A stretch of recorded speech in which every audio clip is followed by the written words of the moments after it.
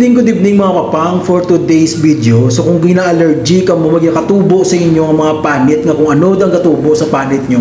So may ara gali nga ginamikos-mikos lang nga teknik. So magamit ka mo sang kalamay, asin, kamangyan, kag muna ang ibutang nyo sa kalan kag magtuob.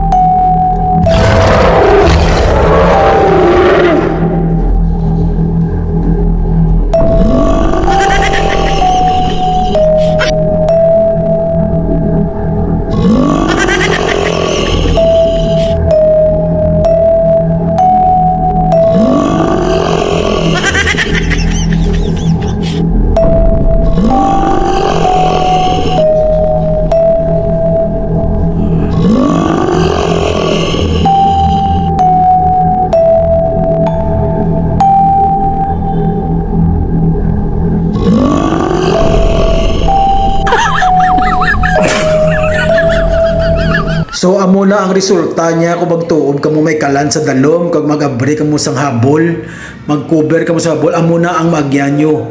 So magtapos na gamit ka mo sang balunggay, butangan nyo tawas, kag amo naman na ang iban news nyo sa lawas nyo kung gina-allergy ka mo, kung damo nagatubo sa mga paa nyo, sa mga tiil nyo, sa mga lawas nyo, sa mga kamot nyo. So amo lang ang himuon nyo, pugaon nyo lang ang balunggay, butangan nyo sang tawas, kag amo na ang iban nyo sa lawas nyo nga daw lusyon.